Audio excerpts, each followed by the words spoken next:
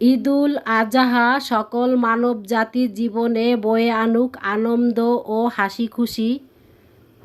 অন্তরের অন্তরস্থল থেকে জানাই অনেক অনেক ভালোবাসা, সেই সাথে জানাই সকলকে ঈদ মোবারক, ঈদ মোবারক, ঈদ মোবারক।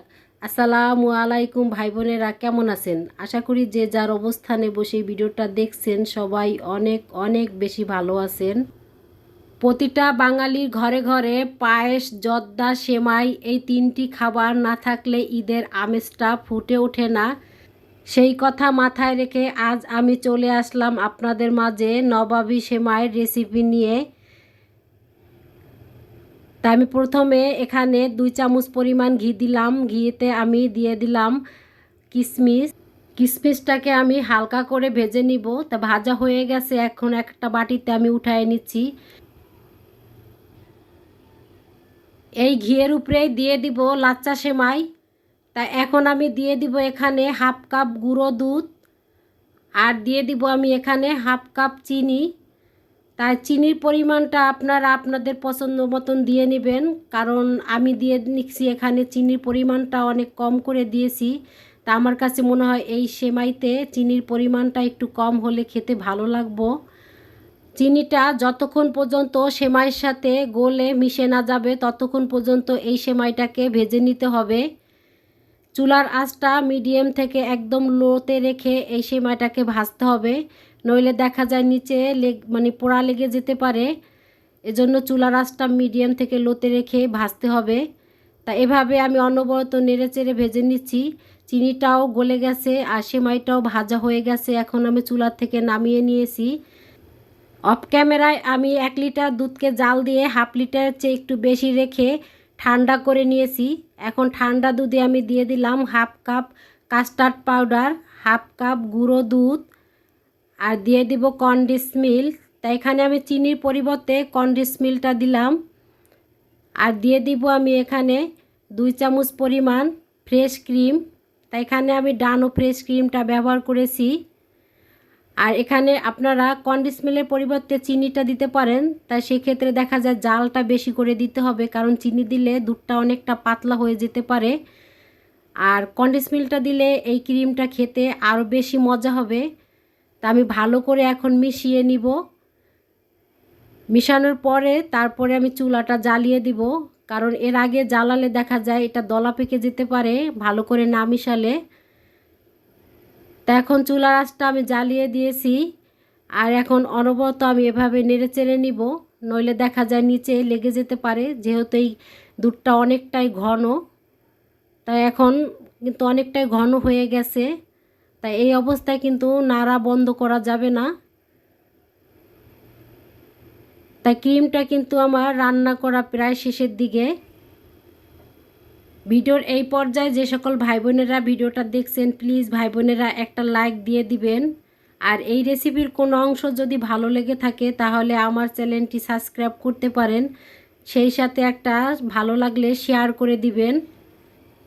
এই পর্যায়ে কিন্তু ক্রিমটা অনেকটাই ঘন হয়ে গেছে। এখন আমি চুলার আঁচটা বন্ধ করে দিব। ভেজে রাখা লাচ্চা সেমাইটা কাচের ট্রেতে ঢেলে নিব। তাই এখানে নিচের লেয়ারটা কিন্তু একটু বেশি করে দিতে হবে। এখন আমি হাত দিয়ে সব সাইড সমান করে একটু ঠেসে ঠেসে দিব, যাতে খুব সহজেই নিচ সাইডটা একদম বসে যায়। তা এখন আমি দিয়ে দিব ক্রিমটা উপরে। তা গরম ক্রিমটাই উপরে আমি এভাবে এখন ঢেলে দিব। সব সাইডে একদম সমান করে ক্রিমটা ঢেলে নিতে হবে। তা এখানে আমি সম্পূর্ণ ক্রিমটাই দিয়ে দিয়েছি। তা বাকি যেই লাচ্চা সেমাইটা আছে উপর থেকে এভাবে সরিয়ে দিব। সব সাইড সমান করে উপর থেকে ভালো করে সরিয়ে দিতে হবে। তা আমি এইভাবে সব সাইড সমান করে দিচ্ছি। আর এই সেমাইটা খেতে যে এত মজা, নামেও যেরকম নবাবী সেমাই কামেও সেরকম নবাবী সেমাই, জিভে লেগে থাকে এর স্বাদ, এতটা মজা হয়। যে সকল ভাই বোনেরা এই সেমাইটা এখন পর্যন্ত খাওয়া হয়নি একবার হলো বাসায় ট্রাই করে দেখবেন। এখন আমি দিয়ে দিব ভেজে রাখা কিশমিশগুলো উপরে ছড়িয়ে। তা আমি সব সাইড সমান করে এইভাবে কিশমিশটাকে ছড়িয়ে দিচ্ছি। কাঠবাদাম আর কাজু বাদাম একটু লম্বা লম্বা করে কেটে নিয়েছি, সেটা দিয়ে দিব উপর থেকে এভাবে ছড়িয়ে। আর দিয়ে দিব চেরি, এটা সম্পূর্ণ দেখার সৌন্দর্যের জন্য। এই বাদাম কিশমিশ আর চেরি এটা সম্পূর্ণ অপশনাল, এটা বাদ দিয়েও এই নবাবী সেমাইটা খাওয়া যেতে পারে। আর আমি শুধু এখানে দেখার সৌন্দর্যের জন্য এটা দিছি, এটাতে কিন্তু আলাদা কোনো স্বাদ আসবে না। আমার ছেলেমেয়েরা কিন্তু কিশমিশ পছন্দ করে না, তারপর আমি দিয়েছি শুধু দেখার সৌন্দর্যের জন্য। এজন্য দেখা যায় ওরা খাওয়ার সময় এই কিশমিশটাকে ফেলে দিব। তা ভিডিওর এই পর্যায়ে এসে যে সকল ভাই বোনেরা এখন পর্যন্ত একটা লাইক দিতে ভুলে গিয়েছেন, প্লিজ ভাই বোনেরা একটা লাইক দিয়ে দিবেন। আর এভাবে নিত্য নতুন রেসিপি দেখার জন্য আমার চ্যানেলটি সাবস্ক্রাইব করতে পারেন। তাই এখানে আমি ফ্রিজে রেখে দিয়েছিলাম 2 ঘন্টার মতন, কারণ যেহেতু রাত্রেবেলায় এটা ভয়েস দিতে হবে, এজন্য বেশি সময় আমি ফ্রিজে রাখতে পারি নাই। আর সেরকম ঠান্ডাও হয় নাই, কারণ শেষ মুহূর্তে একটু না দেখালে তো আর ভিডিওটা সুন্দর হবে না। এজন্য তা এখানে যদি এই সেমাইটা আপনারা রান্না করেন, সেক্ষেত্রে দেখা যায় 5-6 ঘন্টার মতন এটা ফ্রিজে রেখে দিবেন, নর্মাল ফ্রিজে। সেক্ষেত্রে এই ক্রিমটা অনেকটাই বসে যাবে আর সেমাইয়ের সাথে অনেকটাই মিলে যাবে। আজকের মতন এই পর্যন্ত, আবার দেখা হবে নতুন একটা রেসিপিতে। সেই পর্যন্ত আল্লাহ হাফেজ।